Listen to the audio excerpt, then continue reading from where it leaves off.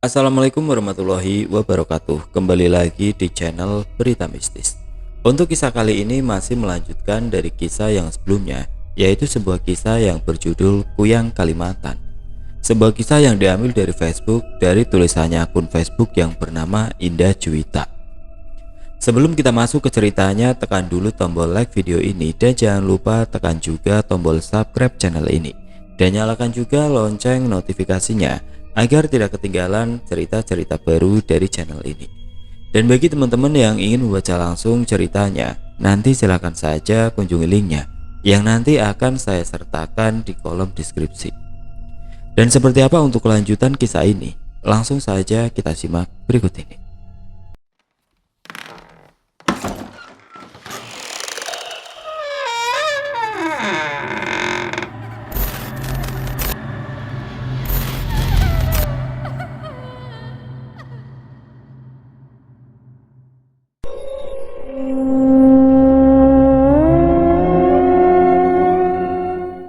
Aku melihat seorang perawat memakai kalung berwarna merah. Nampak seperti leher yang putus dan menjelma menjadi kuyang. Warna baru merah menyala dan bagi yang sudah lama berwarna kehitaman. "Pergi kamu, dasar kuyang tidak tahu malu," usirku pada perawat yang hendak memeriksaku. Mereka memaksa untuk pemeriksaan medis. Aku memberontak. Tendangan mendarat di perut seorang perawat dan juga bidan. Mereka terpental jauh, sedang dokter ikut memegang alih tubuhku. "Siapkan suntikan," serunya pada perawat yang bertugas bagian anestesi atau entah apa namanya. Mereka berlari dengan cepat. Peralatan medis siap dipasangkan ke tubuhku. Tidak mau, aku tidak mau jadi percobaan mereka. "Aku bukan kuyang, aku bukan kuyang." Kakiku terus memberontak. Berapa kali seorang perawat menancapkan suntikan, namun tidak ada yang berhasil. Mereka berebut hendak mengikat tubuhku. Semakin ingin mereka mengikatku, semakin kuat aku memberontak. "Sadar Bu Melisa, kami tidak jahat," hibur seorang dokter. Kerudung putih sangat pas untuk dirinya, wajah mungil serta cantik jelita. "Muak, aku tidak percaya pada kalian," bentakku. Seorang perawat berkeringat dingin karena suntikan yang selalu tidak berhasil menembus kulitku. "Dok, bagaimana ini?" ucap seorang bidan berdiri ingin memeriksa bagian rahimku. "Jangan diambil, itu anakku," teriakku, membuat semua mata heran terhadapku. Mereka tidak gampang menyerah. Dokter mengikat dengan kencang bagian tubuhku sehingga suntikan mendarat di lengan. Aku pun tertidur. Perlahan aku membuka mata. Badanku terasa sakit semua. Tanganku sulit untuk digerakkan. Aku kaget. Semua mengikat erat, saling bersatu sama lain. Ini kenapa?" keluhku sambil melirik ke arah ruangan. Tidak ada siapapun di sini, hanya ada aku pasien utama dalam ruangan. Mataku perih, pandangan mulai mengabur. Klotak, klotak, klotak. Suara hentakan sepatu menggema di sebuah ruangan. Pintu kamar terbuka, pakaian putih, jilbab putih, serta nampan berisi makanan. Aku menatapnya lekat-lekat. Dia tersenyum padaku, memberikan beberapa obat serta makanan yang dihidangkan khusus untukku. Kesal, aku kesal melihatnya. "Dimakan ya Bu Melisa," suruhnya. Wanita yang memakai pakaian putih menata meja tepat di depanku. Dia terlihat sibuk, ramah sekali. Brak! Aku sengaja menyenggol beberapa makanan di atas meja makan. Wanita itu kaget. "Nggak usah sok baik pada aku Bu Tuti, aku tahu semua rahasiamu," ancamku. Wanita itu menatapku dengan aneh. Gigi gingsulnya menyembul sedikit. "Apa maksudmu?" tanya wanita itu sambil mengerutkan alisnya. "Aku tahu kamu Bu Tuti, istrinya Pak Ajeng sialan itu," seruku sedikit meninggi. Dengan sabar wanita itu membersihkan tumpahan makanan. "Buat apa kau berbuat baik padaku? Kau mau aku tutup mulut? Tidak akan, tidak akan," kataku sedikit tegas. "Bu Melisa, kenapa?" Aku mendongakkan kepala. Kusenggol lagi air sedikit panas yang dekat denganku sehingga melukai sikut wanita itu. "Rasain, mampus," teriakku. Wajah wanita itu terlihat kesal padaku. Aku tidak peduli. Nafasnya naik turun seperti menahan amarah dan air mata. Kuyang. Mata wanita itu terbelalak kaget. Bu Melisa, saya bukan kuyang, elak wanita itu. Pembohong, pendusta. Nafas kasar keluar dari hidung wanita itu. Tanpa pamit dia pun pergi. Emosiku masih meluap-luap. Aku berteriak sekencang mungkin. Melisa, suara lembut itu lagi membangkitkan rasa takut yang sangat luar biasa. Melisa, bisikan halus namun sedikit menyeramkan. Aku menoleh ke sana kemari, tidak ada apapun. Ingin menutup kepala tapi kondisi sangat tidak mendukung. Semua terikat. Melisa. Brak, brak. Aku membanting diri di tempat tidur sehingga menimbulkan bunyi yang luar biasa keras. Para perawat masuk ke dalam ruanganku lagi. Kumat lagi pasien, hubungi dokter, suruh perawat kepada yang lainnya. Pasiennya menjadi gila gara-gara kuyang, bisik yang lain. Jangan gitu ah, kita nggak seharusnya gosipkan dia. Sudah, hubungi dokter, tanya yang lain. Tidak lama seorang dokter beserta asisten datang membawa alat tempur medis secara lengkap. Suntikan penenang masuk ke dalam tubuhku. Rasa khawatir mulai tenang. Bahkan suara bisikan yang memanggilku juga menghilang drastis. Semua bernafas lega. Bu Melisa, apa yang Anda rasakan saat ini? Sudah ada sekitar 3 hari Bu Melisa berhalusinasi seperti ini. Terang dokter. Aku gak berhalusinasi. Kuyang itu datang dan menghisap darah serta bayiku. Elakku. Dokter memegang tanganku. Saya tahu, ibu baru saja kehilangan bayi. Ibu sedang dalam fase penyembuhan. Jadi merasa bahwa makhluk kuyang itu seperti ada di sekitar ibu. Padahal nyatanya tidak. Jelas dokter. Aku melihat sekeliling. Kuyang itu nyata. Bahkan dia berani memberikan minyak berbau anyir padaku. Bibi tidak mau mengunjungiku lagi semenjak kejadian itu. Dan wanita tadi, dia pasti Bu Tuti. Pandanganku berhenti pada wanita yang berdiri di ujung ruangan. Pembawa makanan tadi, dia Bu Tuti, pasti Bu Tuti. Res, tolong jaga sebentar pasien ini. Sekalian masalah makanan harus diperhatikan ya. Saya masih ada praktek lagi, perintah dokter. Baik dok. Pandangan kami saling bertemu. Dia tersenyum menggelikan. Alat rumah sakit melayang ke sana kemari karena ulahku. Aku tidak ingin memakan makanan yang dibawakan wanita itu. Jelas di mataku wajah Bu Tuti, bukan Resta kata mereka. Dia pasti kuyang terlaknat itu. Ibu Melisa harus makan, kalau enggak mau sembuh gimana? Katanya lemah lembut. Aku meludah ke arah wanita itu. Dia berpura-pura sabar, tapi aku tahu apa yang ada di hatinya. Aku seperti melayani pasien di rumah sakit jiwa, bisiknya halus. Namun aku mendengarnya.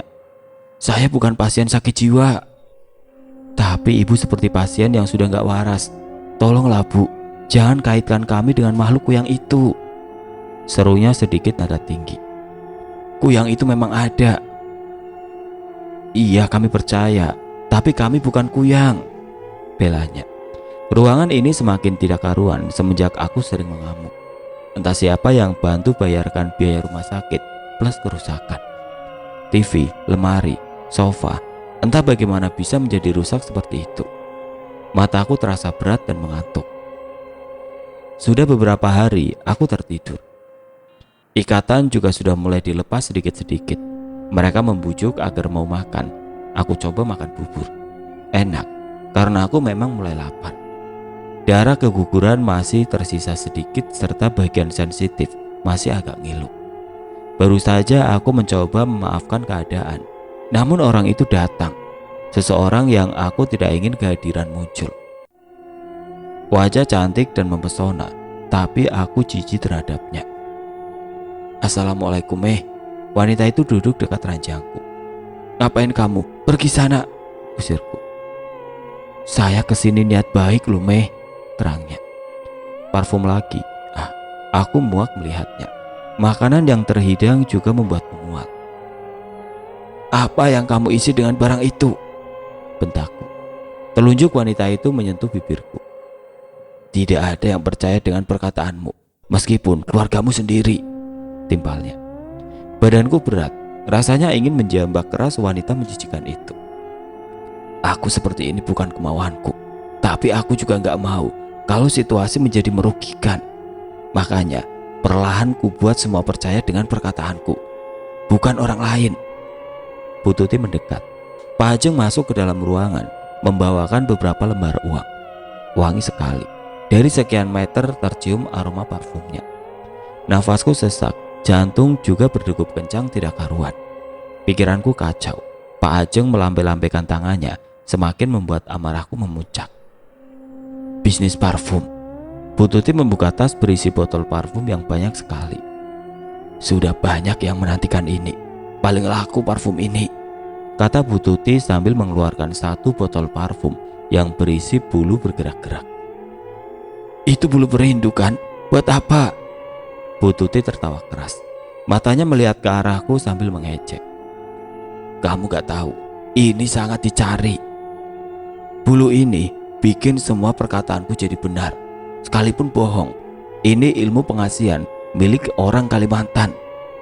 Lanjutnya lagi. Jadi, mama kamu gak melihatnya. Aku sudah menyembunyikan semua parfum yang mengandung mistik.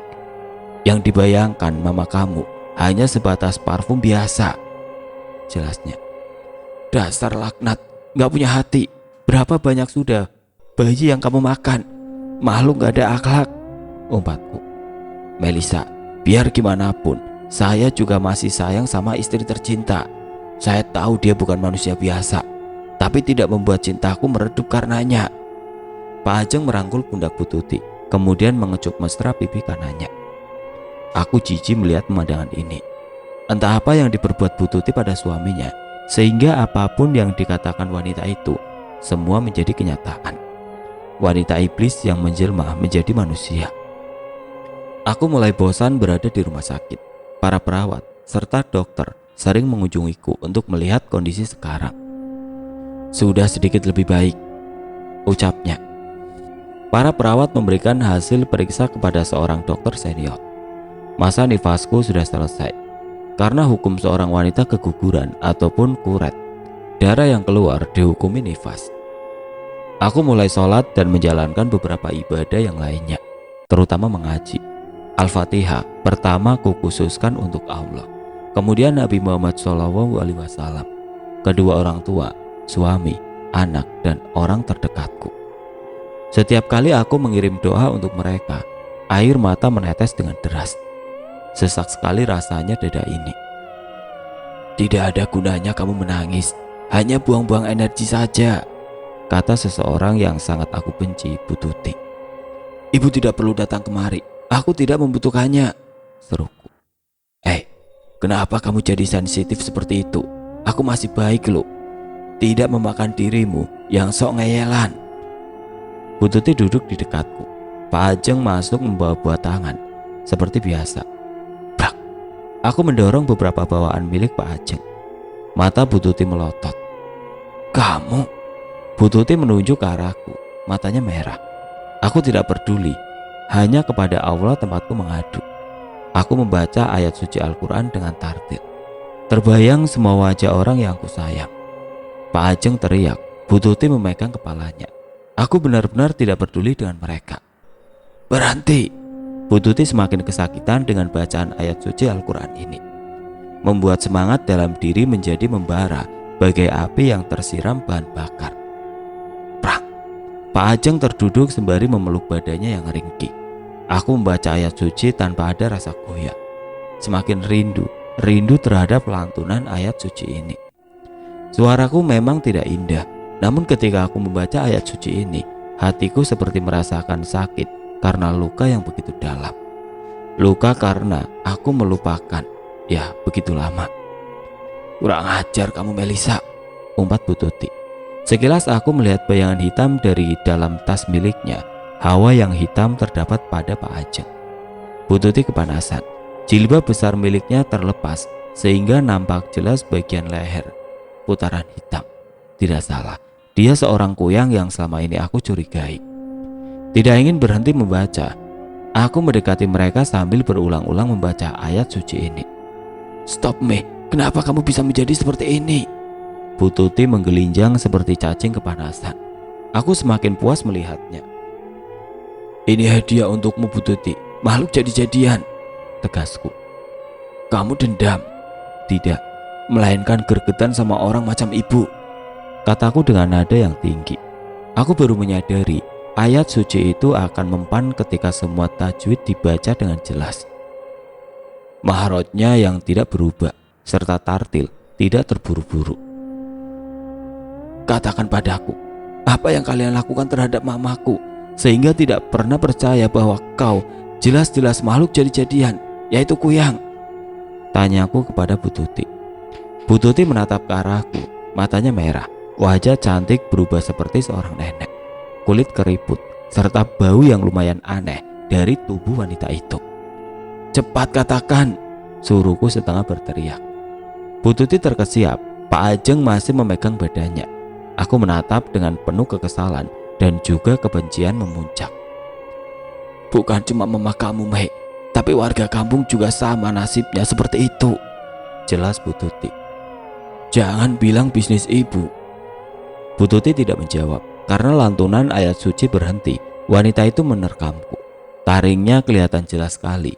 Aku menekan leher bergaris sambil membaca ayat suci secara tartil dan perlahan. Telinga milik Bu Tuti panas. Dia berteriak minta tolong karena suara yang begitu keras dari tadi. Segerombolan pihak rumah sakit datang melihat. Saya pikir pasien Melisa kumat lagi. Rupanya ada kerabat yang datang menjenguk, tutur seorang perawat. Ketika perawat dan juga dokter ingin membantu Bu Tuti, aku melarangnya. Kalian tidak usah membantu makhluk Kuyang itu. Dialah Kuyang yang aku maksud. Seruku membuat netra pihak rumah sakit membulat sempurna. Dari mana ibu tahu kalau wanita ini Kuyang? Aku maju mendekati Bu Tuti, membuka ayat ruqyah yang pernah diajarkan oleh Abah dan juga Mama. Bereaksi, bukan hanya Bu Tuti yang menggelinjang kepanasan, Pak Ajeng juga. Mereka menjadi sedikit heboh. Bu Tuti memegang lehernya yang memerah. Dia kesakitan. Aku tersenyum puas melihat pemandangan ini. Kenapa tidak dari dulu aku melakukan rencana ini? Akhirnya kamu ketahuan kalau Kuyang, batinku. Karena mereka tidak tahan melihat Bu Tuti kesakitan, dokter memeriksa tangan. Para perawat memeriksa beberapa bagian lain. Dok, denyut nadi milik wanita ini tidak terdeteksi, keluh perawat. Dokter mengerutkan keningnya. Semua menjadi heboh. Bu Tuti semakin pucat dan keriput. Aku tetap melanjutkan bacaan ayat suci sampai akhirnya wanita Kuyang itu lemas tidak berdaya. Perasaan lega. Aku menunggu kedatangan keluarga. Semoga saja nenek dan mama sudah membaik. Aku hanya bisa berharap yang baik saja. Tidak perlu menunggu lama. Sosok wanita yang melahirkanku muncul dari balik pintu. Matanya yang sayu membuat hati ini terenyak. Tubuh kecil berubah menjadi ringkih. Mama, panggilku. Aku bangkit dari tempat tidur kemudian memeluk mama. Air mataku tumpah begitu saja. Ada rasa rindu bersarang dalam hati ini. Wanita parubaya itu juga masuk ke dalam ruangan. Nenek datang bersama Acil. Aku segera memeluk mereka. Bagaimana kabarmu, Mei? Tanya nenek. Sekarang aku sudah mulai baik, Nek. Kalau kemarin-marin jangan tanya. Melisa persis seorang gila, jawabku. Nenek mengelus rambutku. Mama mulai tersenyum. Meskipun jarang berbicara, setidaknya ada perubahan terhadap mama. Tidak berhenti aku mencium tangan miliknya. Maafkan mama ya, Nak. Maafkan Melisa juga ya, Ma. Bu Tuti, nenek bertanya dengan wajah penasaran. Sekarang lagi dirawat, Nek. Badannya lemah tidak bertenaga. Posisi Mei tadi sedang terbojok. Jadi Mei terus baca ayat ruqyah dari Ustadz Hasan. Alhamdulillah sangat berpengaruh, jelasku. Melisa ingat pesan Ustadz Hasan. Kalau ingin ayat suci itu mempan sama makhluk, bacanya harus benar. Mulai tajwid, makroj, sampai tartil tidak terburu-buru. Paling penting, keluar dari lubuk hati paling dalam, lanjutku. Masya Allah. Berarti Bu Tuti berubah jadi Kuyang. Aku menggelengkan kepala. Tidak, Nek. Tapi tanda di bagian leher miliknya sangat jelas bahwa dia juga seorang Kuyang. Acil gemeteran. Wajahnya memucat. Acil kenapa? Sakit? Tanyaku padanya. Dia tidak menjawab. Acil pulang duluan ya Melisa. Ada urusan mendadak, katanya. Aku memandang ke arah nenek dan juga mama. Gak biasanya Acil kayak begini, batinku. Acil keluar dari ruangan. Yang tersisa hanya aku, nenek dan juga mama. Tinggal Mas Pras dan juga Tegar, kataku. Pras masih dalam perawatan kampung. Ustadz Hasan gak bisa lengah sama sekali. Sebentar saja ditinggal, ada saja ulahnya Pras, keluh nenek. Ulah? Iya, berantakin rumah, ngamuk, macem-macem pokoknya, terang nenek. Ada banyak makhluk yang bersemayam dalam diri Pras. Semuanya mungkin ada sekitar 10. Habis diruqyah, keluar baru 8 aja. Lanjutnya, berarti masih tersisa 2 makhluk ya, Nek? Ustadz Hasan bilang yang masuk itu raja dan ratunya. Terakhir tinggal mereka saja.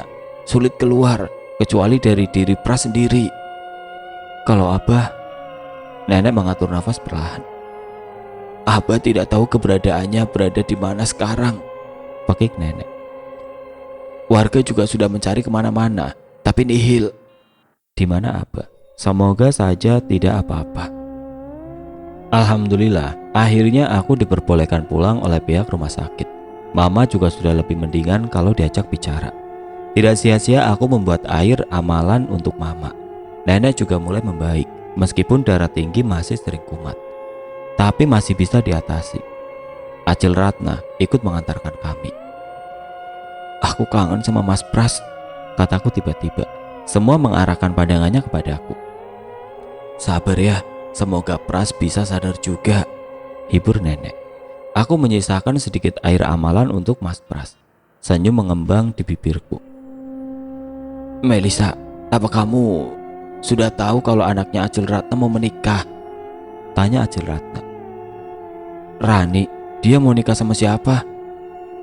Ada lelaki yang baik hati datang ke rumah secara tiba-tiba melamar Rani, terang Acil Ratna.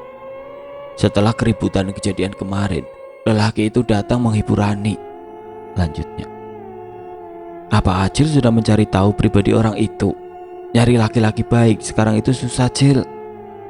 Usia Rani juga mulai tua loh, Meh. Beda sama kamu, cuma berapa tahun aja. Masa iya ada orang baik mau melamar kita tolak? Kasihan Rani, keluh Acil Ratna. Siapa namanya? Nanti juga kamu bakalan tahu. Yang penting Acil sudah kasih tahu kabar baik ini. Doakan terbaik aja buat adik sepupu Mei. Acil Ratna memegang tanganku.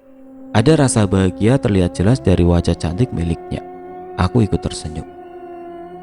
Mama kok nggak tahu kalau anakmu mau dipersunting orang? Tanya nenek sedikit sewot. Acil Ratna terkekeh. Saat itu kondisi mama nggak memungkinkan buat aku cerita. Nah sekarang sudah nggak terlalu tegang seperti kemarin. Pusing karena masalah kuyang, jawab Acil. Lama sekali tidak menginjakan kaki di rumah mama. Adik-adik di rumah, Umi Hasna, Mas Pras juga masih di sana. Ada kabar tentang abahmu, katanya sekarang ikut pergi melaut, kata mama sambil merebahkan badan ke kasur milikku. Sejak kapan? Entah, mama juga baru tahu dari warga. Mulai linglung diajak sholat aja nggak mau. Kalau paksa ruqyah gimana ya mak? Atau air amalan kasih ke abah? Cuma kita kan nggak tahu abah ada di laut mana sekarang. Mama menatap ke langit rumah. Ada yang dipikirkan olehnya.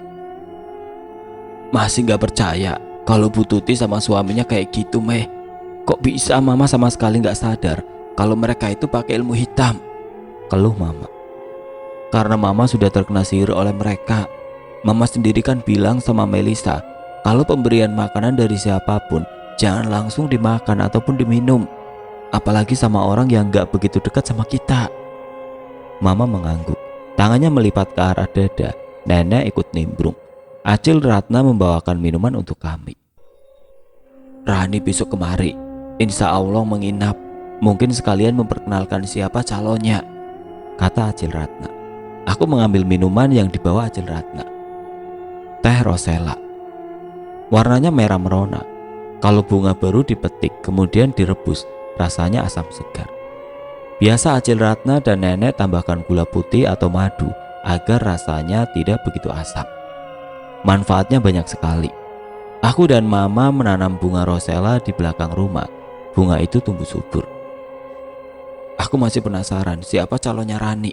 Kenapa nggak kasih tahu aja sih, Cil? Bikin penasaran aja, ujarku. Nggak seru dong kalau kamu tahu. Kalau Acil lihat sih biasa aja orangnya, cuma menang baik doang. Acil menyeruput teh rosella itu. Nenek menyipitkan mata karena asam dari minuman itu. Aku tertawa kecil melihatnya. Mama juga ikut menikmati sambil menggetarkan tubuh. Ekspresi minum terlalu masam. Kurang madunya ini, asam banget, keluh nenek. Habis madu, adanya gula. Kurang bagus kalau kasih gula banyak-banyak, Mak. Nenek mengecap mulutnya. Masih kerasa asam. Mei, ada permen manis? Tanya nenek. Aku teringat ada menyimpan cemilan di dalam lemari. Aku membuka dan mengambilnya. Namun saat membuka, suatu barang tersinggung dan jatuh. Botol parfum berwarna merah darah. Baunya nyengat sekali. Aku menutup hidung, anyir. Apa ini? Tanyaku hendak mengambil botol kecil itu. Nenek menepis tanganku. Jangan ambil sembarangan, itu minyak kuyang. Nenek memegang tanganku. Mataku membulat. Aku memperhatikan minyak kuyang yang tumpah berceceran. Baunya benar-benar aneh, bikin mual. Serius, Nek? Ya, tapi siapa yang menyimpan dalam lemari kamu, Mei? Nenek balik tanya padaku. Nah, Melisa juga nggak tahu, Nek. Tiba-tiba tersenggol dan jatuh. Nenek segera mengambil air, kemudian membacakan sesuatu, mengelap cairan parfum itu. Aku dan Acil Ratna dilarang memegang bekas tumpahan minyak kuyang. Takut salah doa ataupun malah lengket sama kita ilmunya. Tenang saja, Nek, amalanku sudah kuat kok, insya Allah, kataku semangat. Jangan terlalu berlebihan juga bicaranya. Kita nggak pernah tahu di mana letak kelalaian kita. Menjaga lebih baik daripada mengobati, Mei. Aku hanya memandang nenek membersihkan minyak itu sampai bersih kinclong. Bau juga mulai menghilang. Tapi siapa yang masukkan minyak kuyang ke dalam lemariku? Aku nggak pernah belanja parfum sama sekali. Keesokan harinya Rani datang ke rumah. Cantik sekali. Memang dia lebih cantik sih daripada aku. Matanya lebih sipit, serta kulit lebih putih, mirip Cina. Mana calonnya? Tanyaku penasaran. Rani tersenyum malu. Adalah, Kak, dia masih dalam perjalanan kemari. Aku sudah bawa bahan buat dimasak siang ini. Kakak istirahat aja ya, biar aku sama bunda yang ngerjain, jawab Rani. Rani memang terkenal masak di keluarga ini. Aku jarang bisa ketemu sama dia karena sibuk banget. Sering ada panggilan masak catering.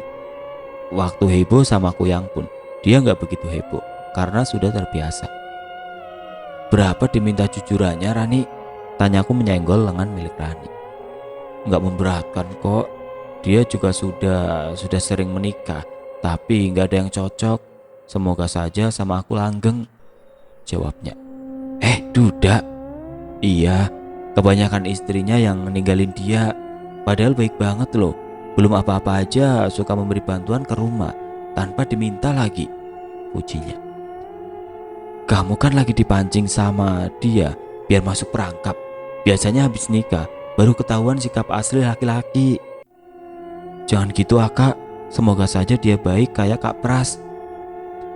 Rani meninggalkanku, bibirnya cemberut. Aku tahu ini lelaki yang pertama membuatnya jatuh cinta, tapi perasaanku mengganjal. Semoga saja memang benar lelaki baik hati, cepat dan sangat profesional.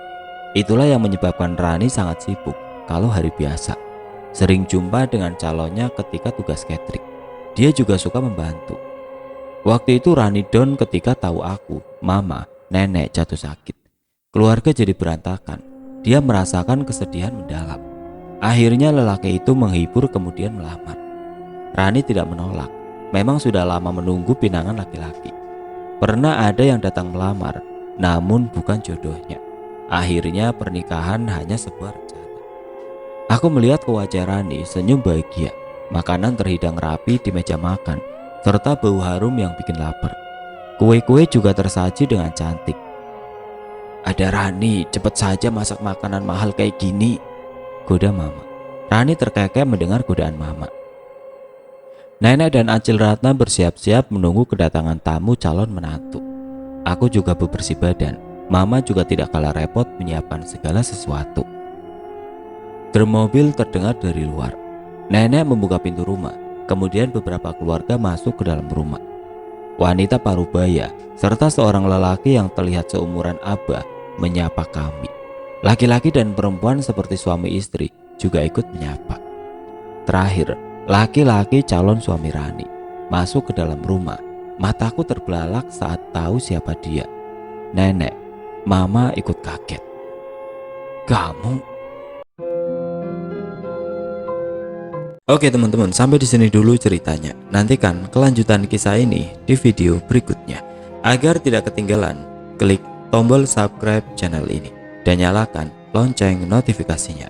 Wassalamualaikum warahmatullahi wabarakatuh.